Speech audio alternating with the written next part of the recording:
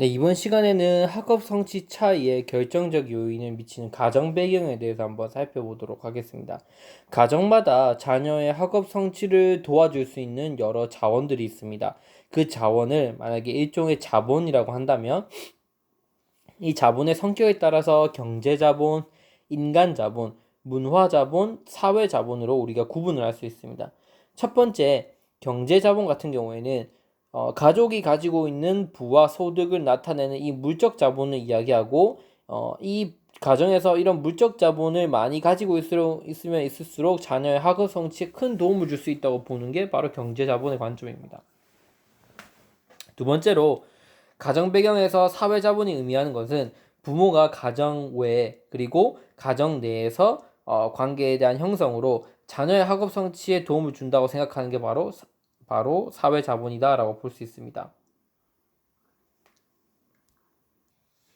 어, 부모가 가정 안에서는 자녀와 맺는 관계, 가정 바깥의 경우, 가정 외에서는 이제 부모와 어떤 사회적 집단과의 교류 이런 것들을 관계 형성에 따라서 그게 또 아이들에게 큰 영향을 미칠 수 있다고 생각하는지, 예를 들면 부모님이 이제 사회에서 다른 사회 인사들과 예를 들면 사회적 환경 이런 것들이 영향을 많이 그 관계를 가지고 있어서 많은 정보를 얻을 수 있고 학업 성취 예를 들면 이런 교육이 좋다더라, 이런 교육하는 게 아이들에게 도움이 된다더라 하고 아이들에게 그걸 시행한다면 충분히 아이들에게 더 큰 좋은 영향을 미칠 수 있겠죠. 학업 성취에서. 그런 부분들이 바로 사회 자본이라고 볼 수 있습니다.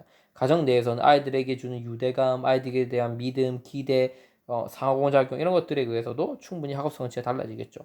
세 번째, 인간 자본은 뭐냐면 인간 자본이란 개인이 획득한 어떤 기술이나 지식을 얘기하는데 여기서는 부모가 획득한 지식이나 경험, 기술을 얘기합니다. 그래서 부모의 학력 수준이 어느 정도 되냐에 따라서도 아이들의 학업 성취도의 차이를 불러일으킬 수 있다. 마지막으로 문화 자본은 가정에서 어떤 부모가 겪는 사회와 가정에서 부모의 계급적 배경에 의해서 문화적 취향과 능력이 자식에게 전달되어 자녀의 학업 성취에 도움을 주는 게 바로 문화 자본이다라고 볼 수 있죠. 그래서 부모가 부모와의 상호작용을 통해서 어떤 이런 문화적인 어떤 특징을 아이들이 체득하게 되냐 그거에 따라서 학교에 나와서 이제 또 학업 성취가 달라질 수 있다는 거예요.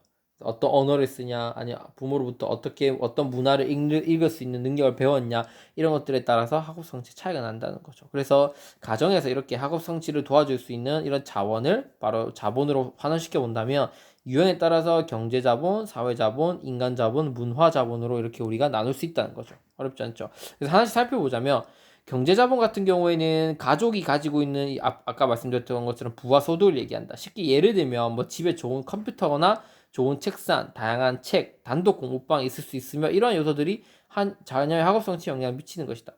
틀린 말은 아닙니다. 돈이 있어야 좋은 학원을 보낼 수 있고 돈이 있어야지 아이들에게 좋은 컴퓨터나 아이들의 독서실, 예를 들면 자기 방이 없는 친구들 집에 뭐 언니랑 같이 써야 된다던가 아니면 두세 명이 같이 써야 되는 공간에 있는 아이와 자기의 단독적인 공간에 있는 아이, 내가 집에 가면 나만의 방이 하나 있다, 이런 차이에 의해서 충분히 학업 성취도 차이가 날 수 있다는 거죠. 물론 이게 100%는 아니지만 이런 영향력이 어느 정도 발휘될 수 있다고 보는 겁니다. 사회자본 같은 경우에는 아까 말씀드렸던 것처럼 부모가 가정 외 혹은 가정 내에 맺는 관계 형성을 의미하는 것으로 이게 도움을 준다는 건데, 가정 내에서는 아까 말씀드렸지만 부모가 아이들에게 가진 신뢰감, 유대감, 그리고 기대 수준 이런 것들이 사회자본으로 볼 수 있습니다. 그래서 어, 부모의 뭐 제일 중요한 거, 콜만이 얘기하는 거는 뭐 경제 자본, 인적 자본 다 중요하지만 제일 중요한 건 사회 자본으로 보는 거예요. 뭐 돈도 많고 부모가 똑똑하고 다 하더라도 부모가 아이들한테 관심이 없고 아이들의 기대도 없고 신뢰감도 없으면은 오히려 학업 성취가 이루어지지 않는다는 거예요. 반대로 집안은 가난하고 또 예를 들면 좀 부모님은 많이 뭐 어떤 환경에 의해서 배우지 못했다 하더라도 아이들에게 관심을 가져주고 아이들에게 사랑을 주고 유대감을 가지면서 아이들을 믿어주고 한다면 아이가 학업 성취에서 긍정적 영향을 크게 볼 수 있다는 거예요. 그러니까 사회자본이 제일 중요하다 이렇게 볼 수 있습니다.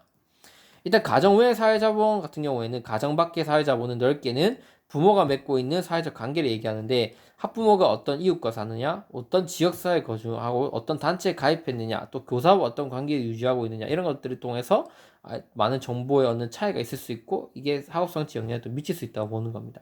사회자본에서는 가정 내 사회자본이 더 중요하다 이렇게 판단될 수 있겠죠. 그리고 세 번째로 인간자본은 아까 말씀드렸던 것처럼 어떤 사람이 가지고 있는 지식, 기술, 경험을 얘기하는데 여기서는 부모가 가지고 있는 지식, 경험, 기술이다. 즉 부모가 가지고 있는 학력 수준이 높을수록 아이의 학업 성취에 긍정적인 역할을 미친다는 거다. 예를 들면 왜냐면 부모님들이 뭐 수학 문제를 풀 줄 안다. 그럼 아이들이 모를 때 바로바로 질문을 받아줘서 풀어줄 수 있잖아요. 그러니까 이게 또 아이들에도 긍정적인 영향을 미칠 수 있다고 보는 거예요. 마지막으로 문화자본 같은 경우에는 가정에서 부모와의 사회와 가정에서 부모의 계급적 배경에 의한 문화적 취향과 능력이 자식에게 전달돼서 자녀의 학업 성취에 도움을 주는 것입니다. 예를 들면 가정의 경제 수준과 교육 수준이 높을수록 고전, 음악, 미술 등에 많이 참여하고 문화적 체험도 많이 할 수 있는데 이것이 학교 교육 과정의 일치도가 높기 때문에 학업 성취를 높여준다. 예를 들면 학교에서도 고전, 음악, 미술 이런 걸 배우고 가정에서도 어머님이 뭐 미술, 음악 이런 것들을 많이 접하게 해준다면 아이가 훨씬 더 쉽게 학교에서 적응하겠죠. 그리고 번스타인의 주장에 따르면 중상류층의 언어와 학교에서 공식적으로 사용하는 언어의 높은 일치도가 중상류층의 자녀들이 높은 학업 성취를 만들어내는 것도 같은 맥락으로 본다. 즉 사용하는 언어, 하층 계층이 사용하는 언어와 중상류층이 사용하는 언어가 좀 다르고 학교에서는 중상류층의 언어를 위주로 교육이 이루어지기 때문에 아이들이 부정적 영향을 받을 수밖에 없다. 학업 성취도에 이렇게 보는 거죠. 즉 이렇게 문화가 가정 배경과 학업 성취를 매개하는 변인이 될 수 있다고 보는 게 바로 문화 자본의 관점이다라고 볼 수 있습니다. 그래서 일단 가정 배경에 영향을 미치는 어떤 자본 이렇게 네 가지로 우리가 요약을 해보고 이 요소들은 진짜 언제 시험에 나오더라도 이상하지 않은 부분들이기 때문에 반드시 네 개 다 예시를 기준으로 암기하고 계셔야 됩니다. 이제 다음 강의로 한번 우리 넘어가 보도록 하겠습니다. 감사합니다.